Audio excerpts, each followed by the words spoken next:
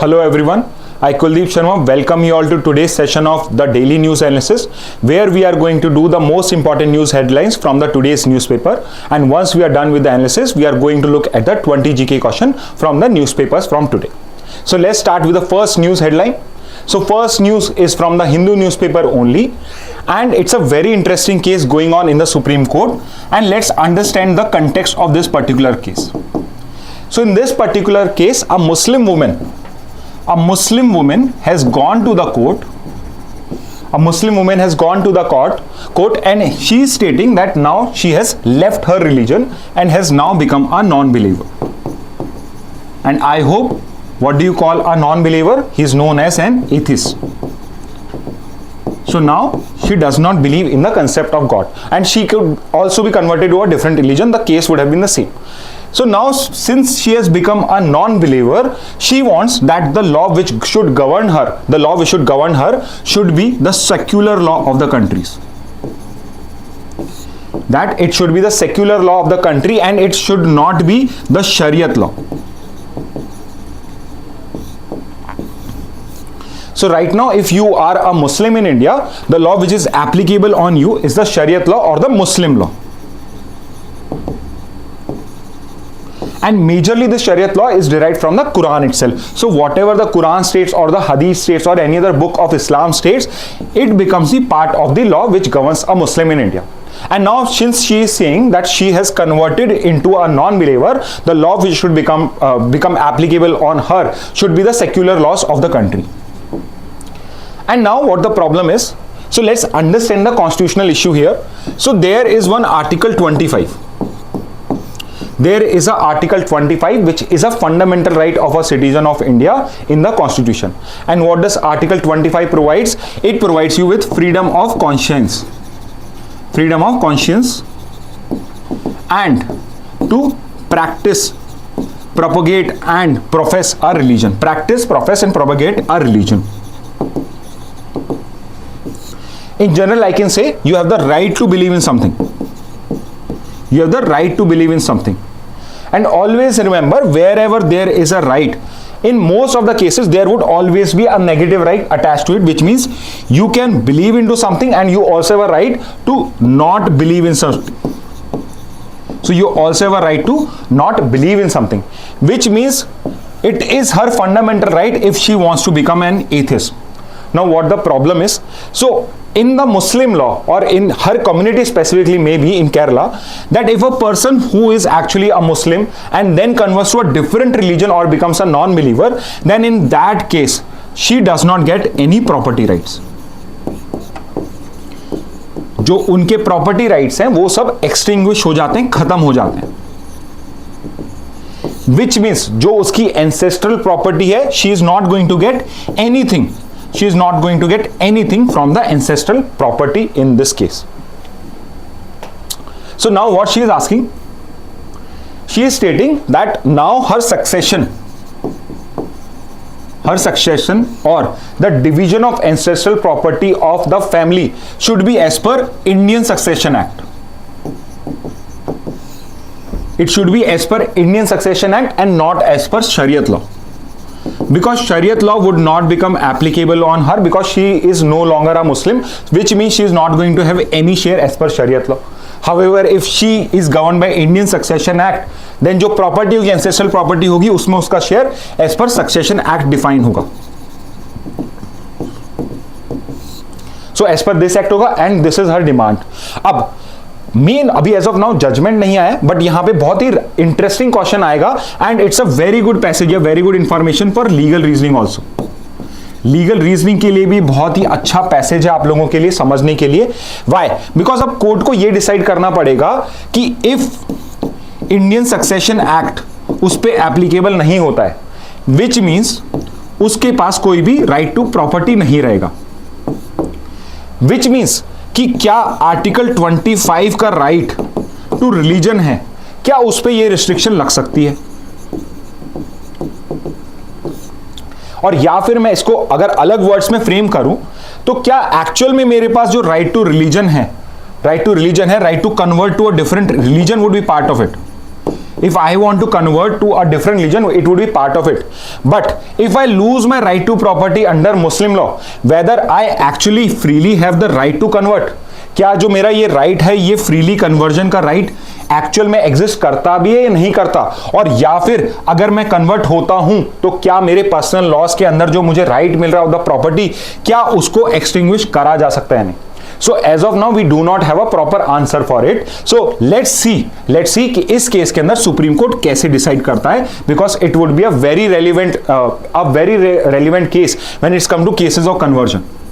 So let's say if someone gets converted from Hindu to Islam, or from Islam to Hinduism, or to Christianity, etc., what would be the rights, property rights and other rights which are related or which are derived from those religious laws. So okay, so let's look how the Supreme Court decide in this particular case. Moving on to the next case. So the next is again related to a Supreme Court judgment which has recently come up, and the name of this judgment, and you should know the name of the judgment also, it is ADR, Association for Democratic Rights versus Election Commission of India, and the name of the judgment is there in the handout also. In this particular article the name of the judgment is also here. Now let's look at the context of this. So this is an article wherein this particular author, and he is a former IAS officer, so you can understand the level of argument which he or she is going to give here. So here he is actually criticizing, you can see that it was a EVM VVPAT case, and as per him it is a disappointing judgment. So let's look at the context. So what is the context of this case? So in this context the petitioner, the ADR, जो ये particular NGO है, Association for Democratic Rights, and it's a very good NGO जो election reforms के लिए बहुत सारे work करती रहती है. It went to the Supreme Court and argued कि जो इलेक्ट्रॉनिक वोटिंग मशीन्स होती हैं इनको मैनिपुलेट शायद किया जा सकता है, यानी टेम्परिंग की जा सकती है इनकी. They can be tempered actually, and अगर टेम्परिंग पॉसिबल नहीं है तो एक्चुअल में there can be cases of malfunction also, कि इनके अंदर मेल फंक्शनिंग पॉसिबल हो सकती है. So what was their prayer, उन्होंने क्या प्रे करा? दिस स्टेटेड कि either it is time that we move back to paper ballot. I hope you know कि अभी अपन ईवीएम्स यूज करते हैं. EVM stands for electronic voting machines, यानी कि अब आप पेपर पे अपना थंब इम्प्रिंट लगा के उस स्लिप को पेपर बैलेट के अंदर या बॉक्स के अंदर नहीं पुट अप करते हो. वो सिस्टम अब अपन ने एंड कर दिया है और अपन अब टोटली 100% ईवीएम से मूव करें. And their prayer was कि because there is no guarantee that there can be a possibility of malfunctioning or as well as manipulation of the EVMs, we should either move to paper ballot or we should have 100% VVPAT EVM verification. So इसको समझते हैं VVPAT क्या है. So if you are above 18 और आपने जाके voting देखा हो, सो आई एम श्योर आपने कोई वीडियो में तो जरूर देखा होगा कि ईवीएम कैसे वर्क करती है. So if you will look at an EVM, so EVM के साथ में एक मशीन कनेक्टेड होती है known as VVPAT. I hope you know the full form of VVPAT. You should know the full form of this, and there is a 20 GK question on it. And if you already know the name, what is the full form of VVPAT, please mention it in the comment box, please. And also if you have any other feedback regarding how we can improve this Hindu news analysis and Indian Express news analysis, you are welcome to do so. So अब इस EVM के साथ एक और machine attach होती है VVPAT. अब EVM की मशीन में जो भी आपने वोटिंग करा है, VVPAT के अंदर उसकी एक पेपर स्लिप जनरेट होती है. And that paper slip is actually visible to you for 2-3 seconds, and then it gets entered into a box, and ये बॉक्स के अंदर सबमिट हो जाती है. एंड इससे क्या चेक हो रहा है कि एक्चुअल में जो आपने ईवीएम में वोट डाला है क्या उस स्लिप ने या VVPAT के अंदर वो मैच करे या नहीं, या फिर अगर ईवीएम में malfunction, let's say for example आपने एक्स पार्टी को वोट करा एंड VVPAT के अंदर you can see it was given to a y party. So you can actually cross check also कि whether your vote has been properly recorded और not. ठीक है, सो ये आपको इससे पता पड़ जाएगा. अब इस जजमेंट के अंदर उन्होंने बोला, नॉट इन जजमेंट बट इन्होंने प्रेयर करी कि या तो आप पेपर बैलेट पे मूव कर जाइए और या फिर आप 100% वेरिफिकेशन करिए VVPAT का EVM से in all the assembly constituency. And supreme court ने राइटफुली दोनों चीजों को रिजेक्ट कर दिया. बोला going back to paper ballot would be a very time consuming process and it might lead to more unfair electoral practices. For example आपको पता हो पहले बूथ कैप्चरिंग बहुत कॉमन एक्टिविटी होती थी. And what was booth capturing? So let's say if you are a gunda of a particular area and you are fighting an election, you will send your gundas to that polling booth, and there in the ballot paper you are going to mark all the ballot papers in your name, और आप उनको deposit कर दोगे. And now in many cases earlier it was a very less occurrence कि जो election commission उस पूरे election को cancel कर दें and वापस से repolling हो. Because of this after we adopted EVMs, जो ये बूथ कैप्चरिंग का इश्यू था ये बिल्कुल खत्म सा ही हो गया. ओके, सो इसलिए पेपर बैलेट का भी उन्होंने अनसेफ बोला एंड दे सेड कि this can not go back, और 100% को भी उन्होंने एक्सेप्ट नहीं करा. बोला कि again it would be very time consuming activity, it would be a very time consuming activity, and again it would be very impractical also. Impractical why? The Supreme Court stated कि अभी as of now जो current system है EVM और VVPAT को verify करने का, it is more than enough. ये more than enough है, इससे भी अपन verification कर सकते हैं. This is what the Supreme Court stated. Now this particular person has criticized this judgment. This particular person has criticized the judgment. He has stated, so let's look at what are the criticism of this particular judgment. Now herein he has stated that in this particular case, and what the Election Commission of India was doing was कि जो EVM और VVPAT का verification है, it was limited to 5 EVMs per assembly constituency. What the Supreme Court stated कि जो अभी तक election Commission of India करता आ रहा है to verify the votes of EVM with VVPAT, and it was limited to 5 EVM, कि आप हर असेंबली कॉन्स्टिट्यूएंसीज के अंदर कोई भी रैंडम 5 ईवीएम्स को चूज करो एंड उनके वोट्स को आप मैच करिए with VVPAT. And supreme court के हिसाब से इट इज स्टैटिस्टिकली इनफ. अगर स्टैटिस्टिकली हमें कोई एरर फाइंड आउट करना पड़ेगा तो हम अगर इसमें एरर होगा तो we can actually find out. And this particular author is arguing that it is actually not statistically proper. It is actually statistically improper. Why? Because as per him, just calculating for 5 EVMs, the error rate, the difficulty in finding an error rate would be 95%. इसका मतलब क्या हुआ basically कि अगर आप सिर्फ 5 EVMs पर assembly constituency check कर रहे हो, सो जो भी स्टैटिस्टिकल फॉर्मूला होता है उसके हिसाब से अगर इसमें कुछ एरर होगा उसको फाइंड नहीं कर पाने की प्रोबेबिलिटी इज 95%. यानी 5 ईवीएम्स को चेक करके आपके पास 5% ही प्रोबेबिलिटी है कि आप एक्चुअल में इसको चेक कर पाओगे. क्लियर है?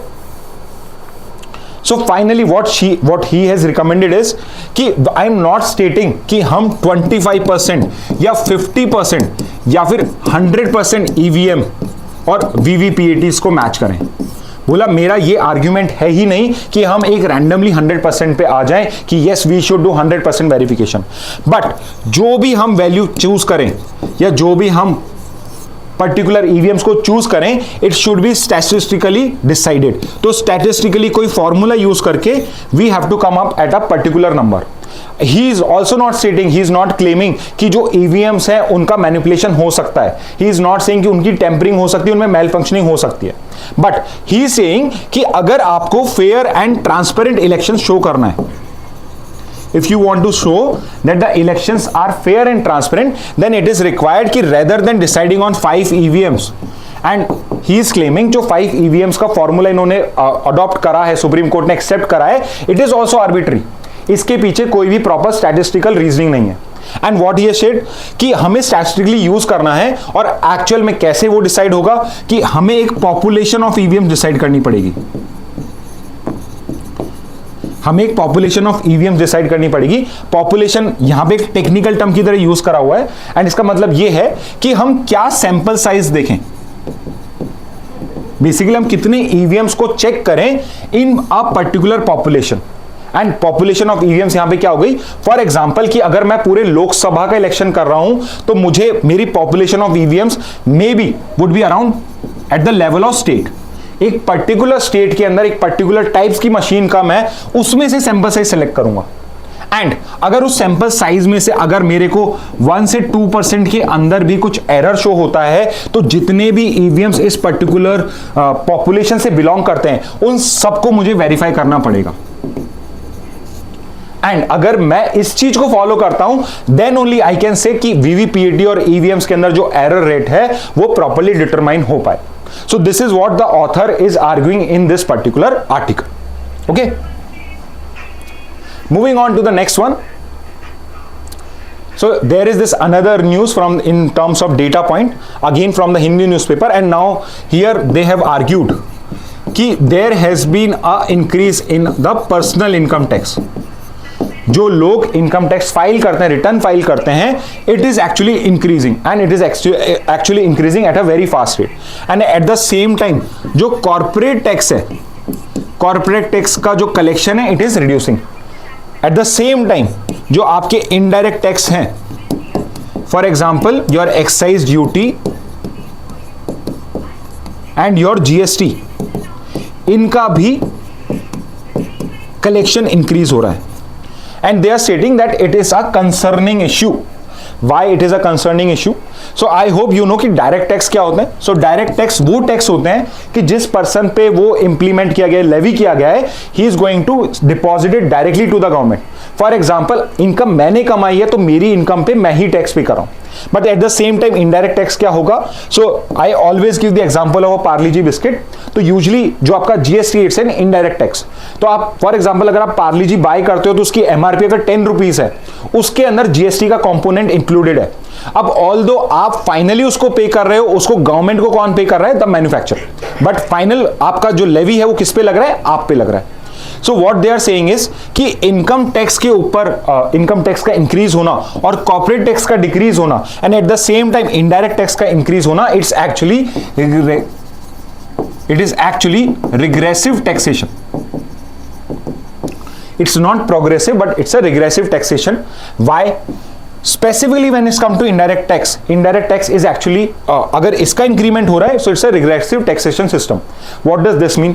तो एक होता है प्रोग्रेसिव टैक्सेशन और एक होता है रिग्रेसिव टैक्सेशन. रिग्रेसिव टैक्सेशन का मतलब होता है कि irrespective of your income level,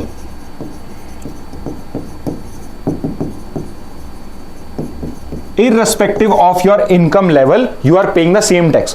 Parle G का बिस्किट अंबानी खरीदे तो भी वो उतना ही टैक्स पे करेगा on the 10 rupees biscuit packet. और अगर कोई गरीब पर्सन भी, आप या मैं भी अगर पार्ले जी का बिस्किट बाय करेंगे सो अपना जो जीएसटी होगा इट वुड बी सेम. यानी कि आप जब भी इनडायरेक्ट टैक्स पे कर रहे हो it is regressive because it is not increasing enough on a progressive rate as per the income of person.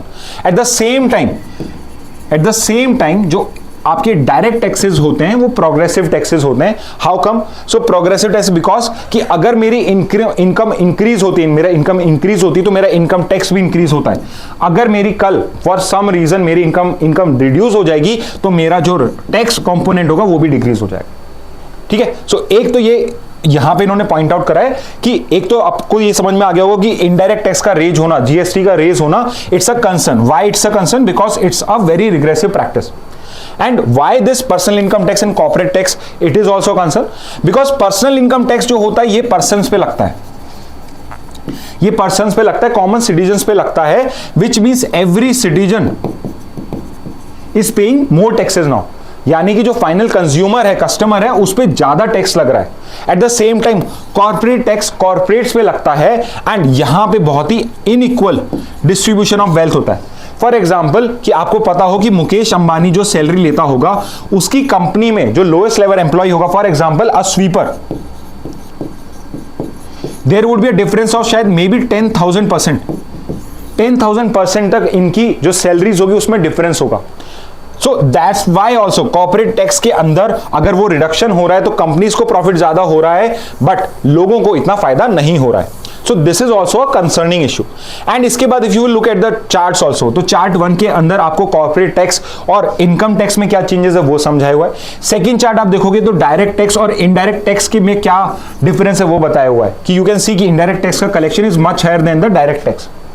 Third में आप देखते हो तो यू ऑब्जर्व कि जो डिफरेंट आपके सैलरी ग्रुप्स है उसमें से कितने लोग कितने लोग इनकम टैक्स पे करते हैं। फॉर एग्जांपल अगर आपकी सैलरी 1 to 5% है तो you frame the 53% of the income generating source, या फिर जो इनकम टैक्स पे करते हैं 53% are in this ball park of 1 to 5 lakh, और जो एक्चुअल में जिनकी इनकम मोर देन 50 lakhs है दैट इज जस्ट 0.8%। ओके और जो रेड लाइन में आप देखोगे तो दे एक्चुअली शोज कि वो कितना कंट्रीब्यूशन दे रहे हैं। So you can see actually कि ऑल्दो जो 50 लाख से ऊपर हैं they are less than 0.8%, but उनका जो शेयर है in the taxation it is 42%। And finally last chart के अंदर इन्होंने ब्रिक्स कंट्री जो है आपकी Brazil, Russia, India, China and South Africa, उसके अंदर में personal income tax effective rate जो है उसको मेजर करा एंड दे फाउंड कि India is one of the highest. India की जो रेट है it is higher, very high as equivalent to China and South Africa. अब देयर इज नो हार्म कि आपकी हाई रेट हो, बट यू कैन सी कि China और south Africa वहां पे जो HDI इंडेक्स है, वहां पे जो लेवल ऑफ ग्रोथ है it is much higher, they are very near to develop country status, but India एक मिडिल इनकम कंट्री है तो इसका इतना ज्यादा इनकम टैक्स या इफेक्टिव इनकम टैक्स रेट होना नहीं चाहिए। सो इस आर्टिकल के अंदर इस पर्टिकुलर टॉपिक को समझाया गया। Moving on, so from the text and context section of the Hindu there is a particular news regarding the unclassed forest. So let's understand why this has come up in news. So पहले मैं आपको एक history बताता हूं। तो 1996 के अंदर एक पर्टिकुलर जजमेंट आया था known as TN Godavaram judgement, और ये आपका एनवायरमेंट और फॉरेस्ट से रिलेटेड जजमेंट है, very famous judgement. And in this particular case the Supreme Court held कि जो आपके डीम्ड फॉरेस्ट हैं, they are also to be protected. जो फॉरेस्ट को डीम्ड फॉरेस्ट माना गया है they are to be protected. So let's understand what is deemed forest और अनक्लास फॉरेस्ट। अनक्लास का मतलब है कि कुछ फॉरेस्ट को क्लासिफाई किया गया है। सो यू शुड नो कि गवर्नमेंट ऑफ इंडिया फॉरेस्ट को 3 कैटेगरीज में क्लासिफाई करती है। One is your protected forest. जो प्रोटेक्टेड फॉरेस्ट होते हैं वो गवर्नमेंट के अंडर होते हैं। Second is your reserve forest. जो रिजर्व फॉरेस्ट होते हैं वो फॉरेस्ट डिपार्टमेंट के अंदर में होते हैं। एंड थर्ड आर अनक्लास्ड, जिनको कहीं भी क्लासिफाई नहीं किया गया है बट वो दिखने में फॉरेस्ट जैसे ही दिखते हैं, they are known as unclassed और deemed forest. And supreme court ने इस पर्टिकुलर जजमेंट में बोला कि जो अनक्लास फॉरेस्ट या डीम्ड फॉरेस्ट हैं इनका भी सेम प्रोटेक्शन लेवल होगा as the protected forest as well as the reserve forest. अब रिसेंटली एक अमेंडमेंट है, आपका एक फॉरेस्ट कंजर्वेशन एक्ट है 1980 का, उसको प्रेजेंटली अमेंड करा गया है 2023 में। 2023 के अंदर forest conservation act amendment 2023 has been brought up. And अब उस एक्ट के अंदर क्या करा गया है, उसके अंदर में जो डीम्ड फॉरेस्ट है, जो FCCA जो अमेंडमेंट एक्ट है आपका,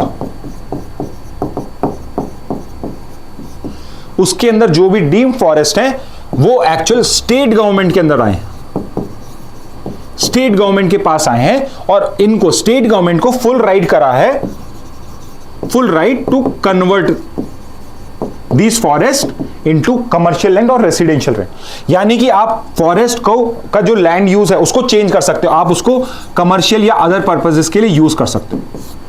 सो जब ये वाला लॉ आया तो इसको सुप्रीम कोर्ट के अंदर चैलेंज करा गया, सुप्रीम कोर्ट के अंदर इसको चैलेंज करा गया।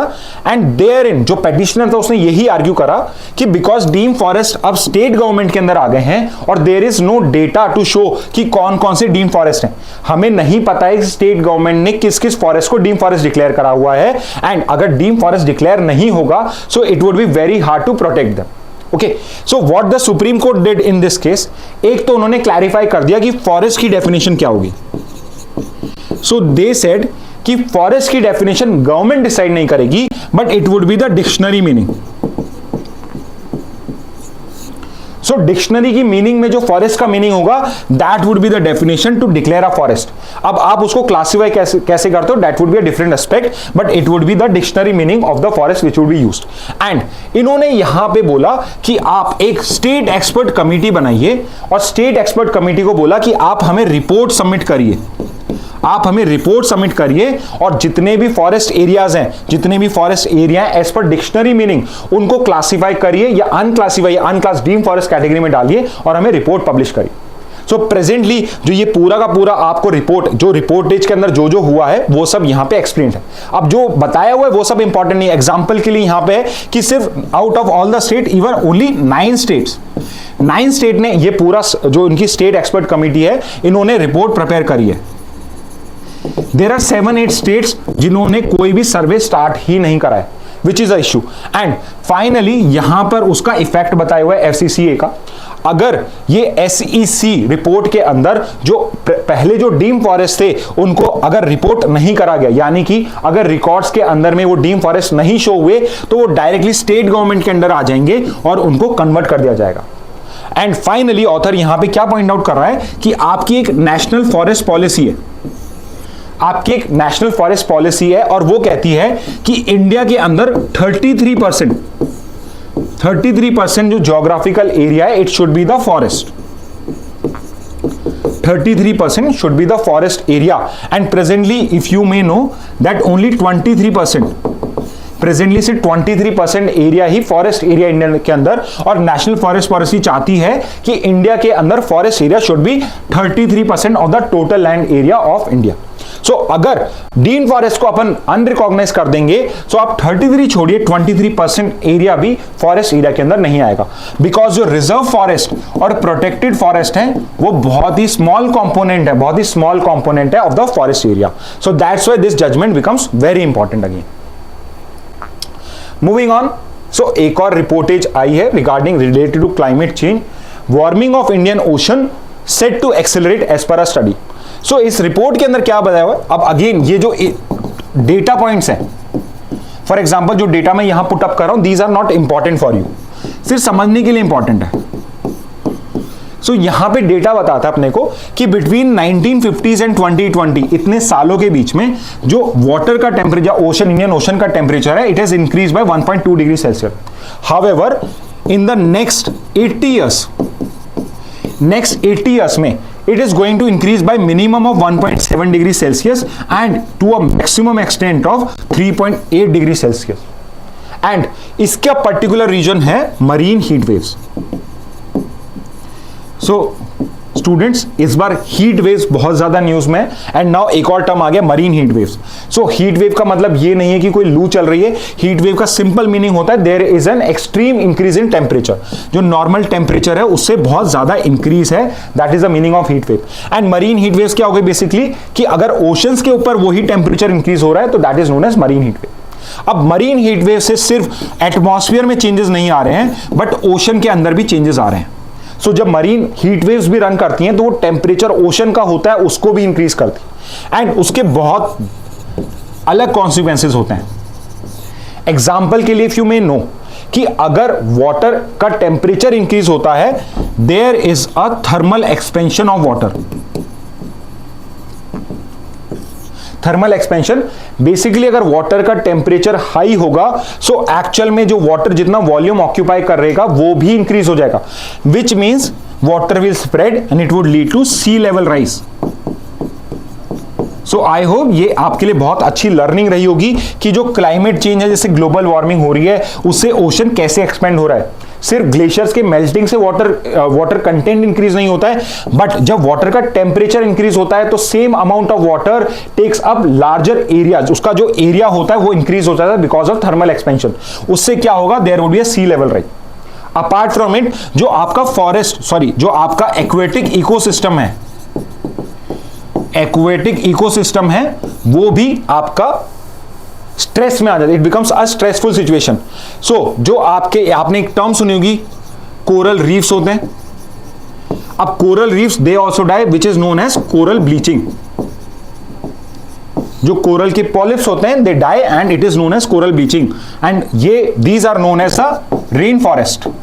These are known as a rain forest of the sea, because ये बहुत ही विविड फ्लोरा एंड फौना को सपोर्ट करते हैं, तो कोरल रीफ्स की कोरल ब्लीचिंग हो जाती है। इसके अलावा kelp forest which is a type of a aquatic ecosystem, ये भी डिस्ट्रॉय होना स्टार्ट हो जाता है because of marine heat wave. So here they are arguing कि it is very important that we take steps कि इससे अपन कोरल ब्लीचिंग को और इन सबको कंट्रोल कर सके। सो ये सब इस आर्टिकल के अंदर है। मूविंग ऑन, so ये it's more of a one liner but this is very important. Why? Because Hamza Yusuf who was also recently in news because he was a Pakistan origin person. He was of Pakistan origin and he has become the first such person to become the Scottish first minister. ये Scotland first minister कौन होता है? Actually it's the prime minister. Prime minister को Scotland के अंदर first minister बोला जाता है। So now this person has just resign from the post. तो अगेन समझिए इस न्यूज के अंदर उन्होंने क्यों रिजाइन करा, क्या उनके रीजन थे, अब वो क्या करने वाले, all of this is not important for you. Only thing important for you is that who was the Scottish first minister who has recently resigned and was the first person of Pakistan origin to become the first minister of Scotland. Because of this, Hamza Yusuf name becomes important for you. That's why I thought I should include it here also. Okay. Moving on to the news from the Indian Express. So अपन ये इस type की news कई बार कर चुके हैं। आपको अगर पता हो कि abortion rights in India are regulated by medical termination of pregnancy act, तो अगर किसी लेडी को, किसी विमेन को अगर प्रेगनेंसी को अबॉर्ट कराना हो, so it would be the law of medical termination of pregnancy act. And उस medical termination of pregnancy act के अंदर 20 वीक्स तक तो एक सिंगल डॉक्टर भी अबॉर्शन परफॉर्म कर सकता है, परमिशन अलाउ कर सकता है। In the 20 to 24 gestation period जो होता है कि प्रेगनेंसी का 20 से 24 वीक्स की है, तो 2 doctors can allow it and particular 7 cases बताए हुए हैं, रेप, इंसेस्ट एक्सेट्रा, जिनके अंदर में अबॉर्शन अलाउड होता है।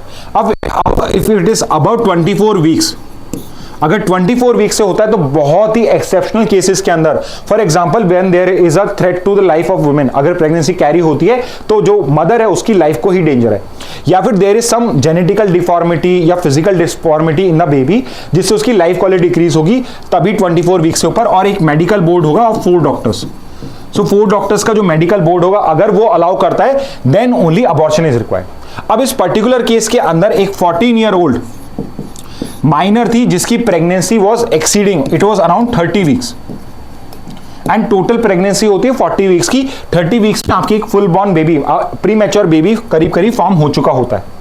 All the Supreme Court in this particular case allowed the abortion of this particular girl, but अब उसके पेरेंट्स गए हैं कि अगर हम इसको कैरी फॉरवर्ड करते हैं, अबॉर्शन करवाते हैं अब, तो probably there would be physical and mental harm to the person या mental harm to the mother only. So now they asked कि आप सुप्रीम कोर्ट को बोला है कि आप ना ऑर्डर रिकॉल कर लीजिए and we do not want to do abortion right now.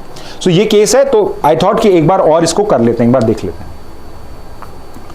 Moving on, so I have already told you Indian express का जो एक्सप्लेन सेक्शन है, it's a really good section and usually इसमें इतना मेरे को अलग से कुछ बताने की रिक्वायरमेंट नहीं है क्योंकि सब कुछ सेल्फ एक्सप्लेनेटरी होता है, पॉइंट में होता है। अब यहाँ पे इस पर्टिकुलर पर्सन ने अपने को वो प्रोसीजर बताया कि अगर कहीं पर भी कोई डेथ हो जाती है या कहीं पे बूथ कैप्चरिंग हो जाती है या किसी रीजन से इलेक्शंस प्रॉपरली हेल्ड नहीं हो पाते हैं, तो रीपोलिंग का प्रोसीजर क्या होता है।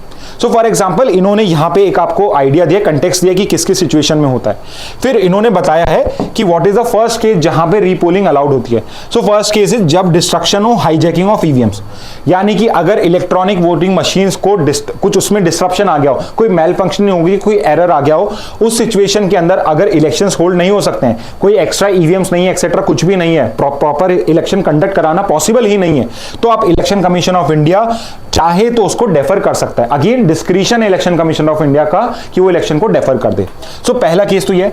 दूसरा है कि कोई पर्सन ईवीएम्स को लेके ही भाग जाए, तो जैसे पहले बूथ कैप्चरिंग होती है, इट इज स्टिल पॉसिबल कि कोई पर्सन आए, कोई गुंडे आए और ईवीएम्स को ही लेके चले जाए। सेकेंड उन्होंने बताया कि ईवीएम अगर डिस्ट्रॉय हो जाती है, एक्सीडेंट में कुछ उसका लॉस हो जाता है या टेम्परमेंट होता है, तो भी आप रीपोलिंग करा सकते हो। थर्ड केस उन्होंने बताया कि कोई मैकेनिकल फेलियर हो गया हो ईवीएम के अंदर। In all these cases if these are the case, ऐसा कुछ होता है ईवीएम के साथ में, सो जो रिटर्निंग ऑफिसर होता है, returning officer is the person who is responsible for fair conduct of elections. हर कॉन्स्टिट्यूएंसी के अंदर एक रिटर्निंग ऑफिसर होता है and it is his duty कि एक फेयर इलेक्शन हो जाए वहां पे। तो returning officer Election Commission of India को इन्फॉर्म करता है regarding this problem, and now Election Commission of decides on whether there should be a repoll और this election system should continue. So ये है आपका फर्स्ट। सेकेंड सिचुएशन होती है booth capturing. So although booth capturing अब EVMs के अंदर बहुत मुश्किल हो गई, बट स्टिल अगर कोई बूथ कैप्चरिंग होती है, and what is booth capturing? So it is scissor of a polling station, कि किसी ने पोलिंग स्टेशन पे कब्जा कर लिया हो। Second is taking possession of a polling station, कि उसने कब्जा नहीं करा है बट वो वहां पे मेक श्योर कर रहा है कि सिर्फ उसके सपोर्टर्स ही वोट कर रहे हैं। थर्ड इज कि वो इंटिमिडेट या थ्रेटन कर रहा है और अपोजिशन पार्टी के वोटर्स को कि they should not come and vote. And fourth is कि जहां पे काउंटिंग स्टार्ट हो रही है वहां पर भी he is not allowing the proper counting. And finally अगर कोई गवर्नमेंट सर्वेंट इन एक्टिविटीज में इन्वॉल्व मिलता है तो then also it would be considered booth capturing. अगर बूथ कैप्चरिंग होती है तो जो प्रिसाइडिंग ऑफिसर होता है उस पर्टिकुलर कॉन्स्टिट्यूएंसी के अंदर, वो रिटर्निंग ऑफिसर को ये रिपोर्ट करता है। उस पर्टिकुलर बूथ में प्रिसाइडिंग ऑफिसर होता है, वो रिपोर्ट करेगा रिपोर्टिंग ऑफिसर को, और फिर वो इलेक्शन कमीशन ऑफ इंडिया को रिपोर्ट करेगा, and election Commission of India finally decide करेगा। इसके अलावा जो अलग अलग सिचुएशन हो सकती है, अनफोर्सिन डिस्ट्रप्शंस, जब आपकी रीपोलिंग अलाउ होगी। सो पहला है नेचुरल कैलेमिटी, कोई फ्लड आ गया, कोई साइक्लोन आ गया, एक्सट्रीम स्टॉर्म आ गया तो हो गया। सेकंड इज कि ईवीएम जो हैं वो उसका लॉस या डैमेज हो चुका है। थर्ड इज कि कोई ऑब्स्ट्रक्शन है ड्यू टू राइट और ओपन वायलेंस, एकदम से राइट हो गए तो भी इलेक्शन नहीं हो पाए इसलिए। Non arrival of the polling party due to obstruction, for example कि लेट्स से कई कैंडिडेट्स थे एंड एक पर्टिकुलर कैंडिडेट जो may be a winning candidate हो सकता है, नहीं भी हो तो भी चलेगा, एंड उसके अपोजिशन कोई कैंडिडेट के लोग हैं वो उसको वहां पे आने नहीं दे रहे हैं। So because of this also fair elections can not happen, तो उस केस में भी हो सकता है। एंड फाइनली अगर इलेक्शंस 2 आवर्स के विद इन स्टार्ट नहीं होते हैं तो उस केस के अंदर भी मेल फंक्शनिंग की वजह से उस केस के अंदर भी आपकी वापस से रीपोलिंग हो सकती है। एंड फाइनली इन्होंने फोर्थ जो सिचुएशन बनाई है दैट ऑफ अ कैंडिडेट। अब रिमेंबर दिस, अगर डेथ होती है किसी भी कैंडिडेट की from the last date to file nomination, last date of nomination file हो चुकी है, जो भी नॉमिनेशन पॉसिबल थे वो हो चुके हैं, और जिस दिन इलेक्शंस हैं, जिस दिन वोटिंग होने वाली है, अगर इस पीरियड के बीच में किसी कैंडिडेट की अगर डेथ होती है and that candidate should be from a recognised,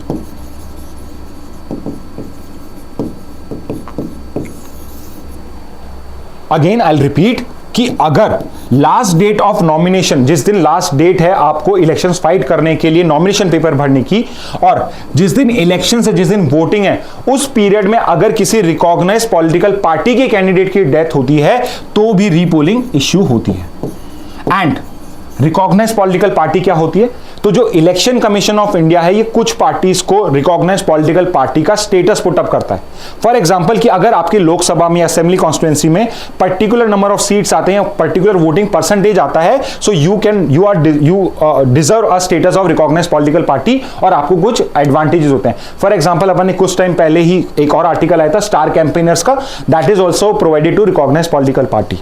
okay, so अगर रिकॉग्नाइज्ड पॉलिटिकल पार्टी के किसी कैंडिडेट की डेथ इस पीरियड में हो जाती है, in that case also repolling can take place. And repolling का जब भी आपका ऑर्डर आता है, सो जिस दिन भी डेथ होती है उसके 7 डेज के अंदर, उसके 7 डेज के अंदर जो पार्टी होती है रिकॉग्नाइज्ड पॉलिटिकल पार्टी, उसको अपना कैंडिडेट करना होता है, एंड उसके बाद finally election Commission of India एक पर्टिकुलर डेट डिसाइड करता है। सो ये 3-4 सिचुएशंस होती हैं कि destruction of EVMs, booth capturing, other unforeseen disruptions and death of a candidate, जिस सिचुएशन के अंदर रीपोलिंग को अलाउ किया जा सकता है।